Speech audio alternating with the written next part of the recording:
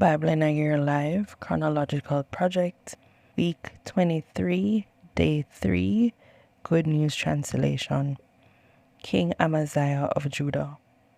In the second year of the reign of Joash, son of Jehoiada, as king of Israel, Amaziah, son of Joash, became king of Judah at the age of 25, and he ruled in Jerusalem for 29 years.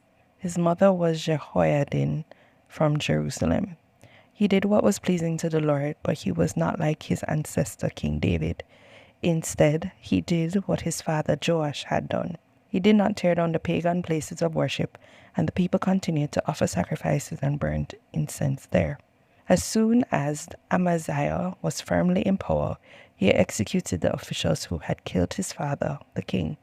However, he did not kill their children, but followed what the Lord had commanded in the law of Moses.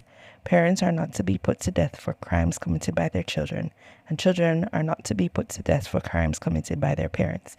People are to be put to death only for a crime they themselves have committed. Amaziah killed 10,000 Edomite soldiers in Salt Valley. He captured the city of Selah in battle and called it Joktheel, the name it still has. Then Amaziah sent messengers to King Jehoash of Israel, challenging him to fight. But King Jehoash sent back the following reply. Once a thorn bush on the Lebanon mountain sent a message to a cedar, "Give your daughter in marriage to my son." A wild animal passed by and trampled the bush down. Now, Amaziah, you have defeated the Edomites, and you are filled with pride. Be satisfied with your fame and stay at home. Why stir up trouble that would only bring disaster on you and your people? But Amaziah refused to listen, so King Jehoash marched out with his men and fought against him at Beth Shemesh in Judah. Amaziah's army was defeated, and all his soldiers fled to their homes. Joash took Amaziah prisoner, advanced on Jerusalem, and tore down the city wall from Ephraim Gate to the Corner Gate, a distance of 200 yards. He took all the silver and gold he could find, and all the temple equipment, and all the palace treasures, and carried them back to Samaria. He also took hostages with him. King Amaziah of Judah.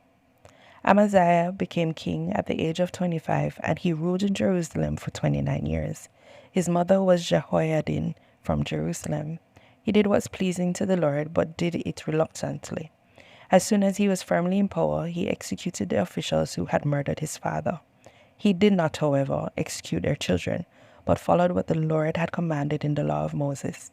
Parents are not to be put to death for crimes committed by their children, and children are not to be put to death for crimes committed by their parents. People are to be put to death only for crimes they themselves have committed. War against Edom. King Amaziah organized all the men of the tribes of Judah and Benjamin into army units, according to the clans they belonged to, and placed officers in command of units of 1,000 and units of 100. They included all men 20 years of age or older, 300,000 in all. They were picked troops, ready for battle, skilled in using spears and shields. In addition, he hired 100,000 soldiers from Israel at a cost of about 4 tons of silver. But a prophet went to the king and said to him, "Don't take these Israelite soldiers with you. The Lord is not with these people from the northern kingdom. You may think that they will make you stronger in battle, but it is God who has the power to give victory or defeat, and he will let your enemies defeat you." Amaziah asked the prophet, "What about all that silver I have already paid for them?" The prophet replied, "The Lord can give you back more than that." So Amaziah sent the hired troops away and told them to go home. At this they went home, bitterly angry with the people of Judah. Amaziah summoned up his courage and led his army to Salt Valley. There they fought and killed 10,000 Edomite soldiers and captured another 10,000. They took the prisoners to the top of the cliff at the city of Selah and threw them off, so that they were killed on the rocks below. Meanwhile, the Israelite soldiers that Amaziah had not allowed to go into battle with him attacked the Judean cities between Samaria and Beth Horon, killed 3,000 men, and captured quantities of loot. When Amaziah returned from defeating the Edomites, he brought their idols back with him, set them up, worshipped them, and burned incense to them. This made the Lord angry, so he sent a prophet to Amaziah. The prophet demanded, "Why have you worshipped foreign gods that could not even save their own people from your power?" "Since when," Amaziah interrupted, "have we made you an advisor to the king? Stop talking, or I'll have you killed." The prophet stopped, but not before saying, "Now I know that God has decided to destroy you, because you have done all this and have ignored my advice." War against Israel. King Amaziah of Judah and his advisors plotted against Israel. He then sent a message to King Joash of Israel, who was the son of Jehoahaz and grandson of Jehu, challenging him to fight. Jehoash sent this answer to Amaziah. Once a thorn bush in the Lebanon mountains sent a message to a cedar, "Give your daughter in marriage to my son." A wild animal passed by and trampled the bush down. "No, Amaziah, you boast that you have defeated the Edomites, but I advise you to stay at home. Why stir up trouble that will only bring disaster on you and your people?" But Amaziah refused to listen. It was God's will for Amaziah to be defeated because he had worshipped the Edomite idols. So King Joash of Israel went into battle against King Amaziah of Judah. They met at Beth Shemesh in Judah. The Judean army was defeated, and the soldiers fled to their homes. Jehoash captured Amaziah and took him to Jerusalem. There he tore down the city wall of Ephraim Gate to the corner gate, a distance of 200 yards. He took back to Samaria as loot all the gold and silver in the temple equipment guarded by the descendants of Obed-Edom, and the palace treasures. He also took hostages with him. Everything else that Joash did, including his bravery in the war against King Amaziah of Judah, is recorded in the history of the kings of Israel. Joash died and was buried in the royal tombs in Samaria, and his son, Jeroboam II, succeeded him as king. Everything else that Joash did, including his bravery in the war against King Amaziah of Judah, is recorded in the history of the kings of Israel. Joash died and was buried in the royal tombs in Samaria, and his son, Jeroboam II, succeeded him as king. Jeroboam II of Israel. In the 15th year of the reign of Amaziah, son of Joash, as king of Judah, Jeroboam, son of Jehoash, became king of Israel, and he ruled in Samaria for 41 years. He sinned against the Lord, following the wicked example of his predecessor, King Jeroboam, son of Nebat, who led Israel into sin. He reconquered all the territory that had belonged to Israel from Hamath Pass in the north to the Dead Sea in the south. It was what the Lord, the God of Israel, had promised through his servant, the prophet Jonah, son of Amittai, from Gath-Hepher. The Lord saw the terrible suffering of the Israelites. There was no one at all to help them. But it was not the Lord's purpose to destroy Israel completely and forever. So he rescued them through King Jeroboam II. King Amaziah of Judah outlived King Joash of Israel by 15 years. All the other things that Amaziah did from the beginning to the end of his reign are recorded in the history of the kings of Judah and Israel. Ever since the time when he rebelled against the Lord, there had been a plot against him in Jerusalem. Finally, he fled to the city of Lachish, but his enemies followed him there and killed him. His body was carried to Jerusalem on a horse, and he was buried in the royal tombs in David's city. The death of King Amaziah of Judah. King Amaziah of Judah lived 15 years after the death of King Joash of Israel. Everything else that Amaziah did is recorded in the history of the kings of Judah. There was a plot in Jerusalem to assassinate Amaziah, so he fled to the city of Lachish, but his enemies followed him there and killed him. His body was carried back to Jerusalem on a horse and was buried in the royal tombs in David's city. The people of Judah then crowned his 16-year-old son Uzziah as king. Uzziah reconquered and rebuilt Elath after his father's death. King Uzziah of Judah. In the 27th year of the reign of King Jeroboam II of Israel, Uzziah, son of Amaziah, became king of Judah at the age of 16, and he ruled in Jerusalem for 52 years. His mother was Jecholiah from Jerusalem. Following the example of his father, he did what was pleasing to the Lord. But the pagan places of worship were not destroyed, and the people continued to offer sacrifices and burnt incense there. The Lord struck Uzziah with a dreaded skin disease that stayed with him the rest of his life. He lived in a separate house, relieved of all duties, while his son Jotham governed the country. King Uzziah of Judah.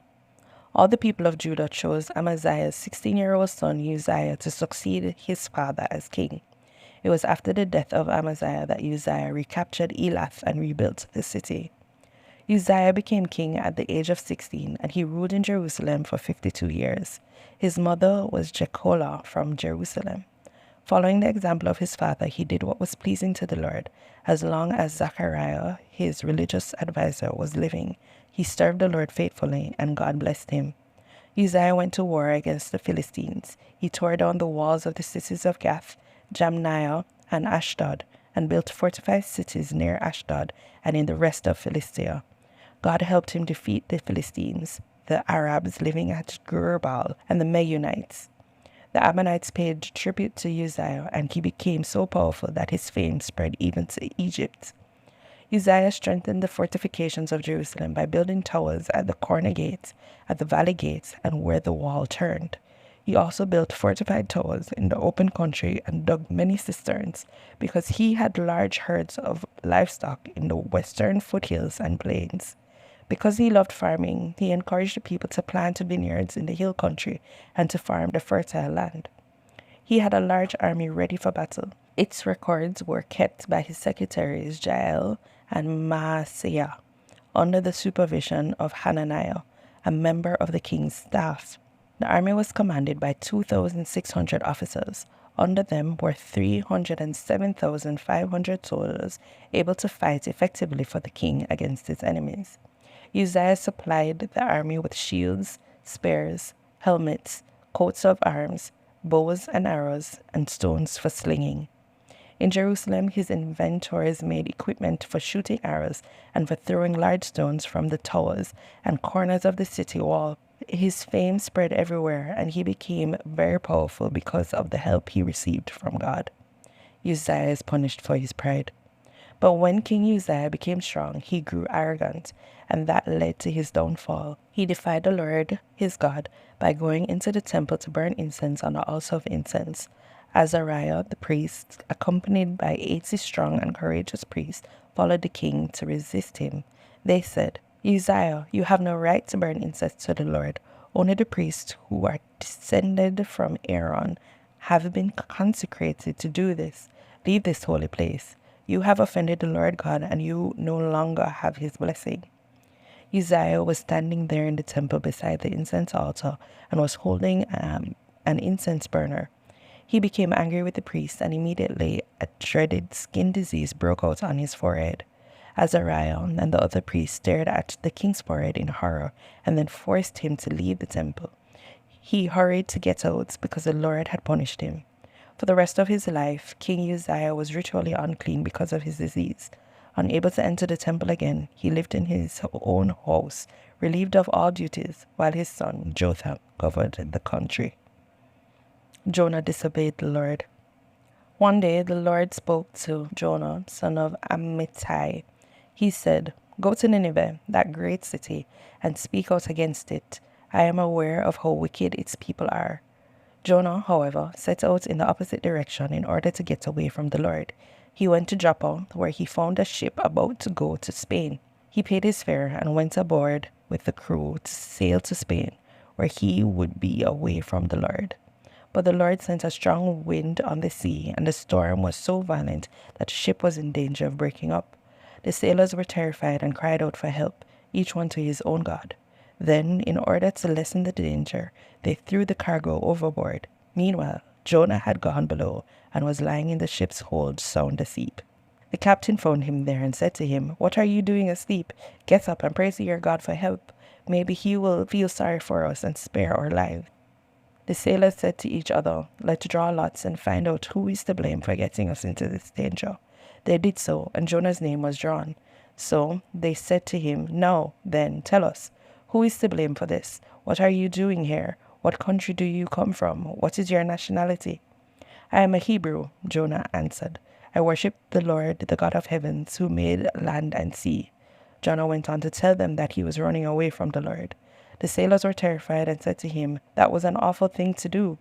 The storm was getting worse all the time, so the sailors asked him, "What should we do to you to stop the storm?" Jonah answered, "Throw me into the sea, and it will calm down. I know it is my fault that you are caught in this violent storm." Instead, the sailors tried to get the ship to shore, rowing with all their might. But the storm was becoming worse and worse, and they got nowhere. So they cried out to the Lord, "O Lord, we pray, don't punish us with death for taking this man's life. You, O Lord, are responsible for all this. It is your doing." Then they picked up Jonah and threw him into the sea, and it calmed down at once. This made the sailors so afraid of the Lord that they offered a sacrifice and promised to serve him. At the Lord's command, a large fish swallowed Jonah, and he was inside the fish for 3 days and 3 nights. Jonah's prayer. From deep inside the fish, Jonah prayed to the Lord, his God. "In my distress, O Lord, I called to you, and you answered me. From deep in the world of the dead, I cried for your help. I cried for help, and you heard me. You threw me down into the depths, to the very bottom of the sea, where the waters were all around me, and all your mighty waves rolled over me. I thought I had been banished from your presence, and would never see your holy temple again. The water came over me and choked me. The sea covered me completely, and seaweed wrapped around my head. I went down to the very roots of the mountains, into the land where gates lock shut forever. But you, O Lord my God, brought me back from the depths alive. When I felt my life slipping away, then, O Lord, I prayed to you, and in your holy temple you heard me. Those who worship worthless idols have abandoned their loyalty to you, but I will sing praises to you. I will offer you a sacrifice and do what I have promised. Salvation comes from the Lord." Then the Lord ordered the fish to spit Jonah up on the beach, and it did. Jonah obeys the Lord.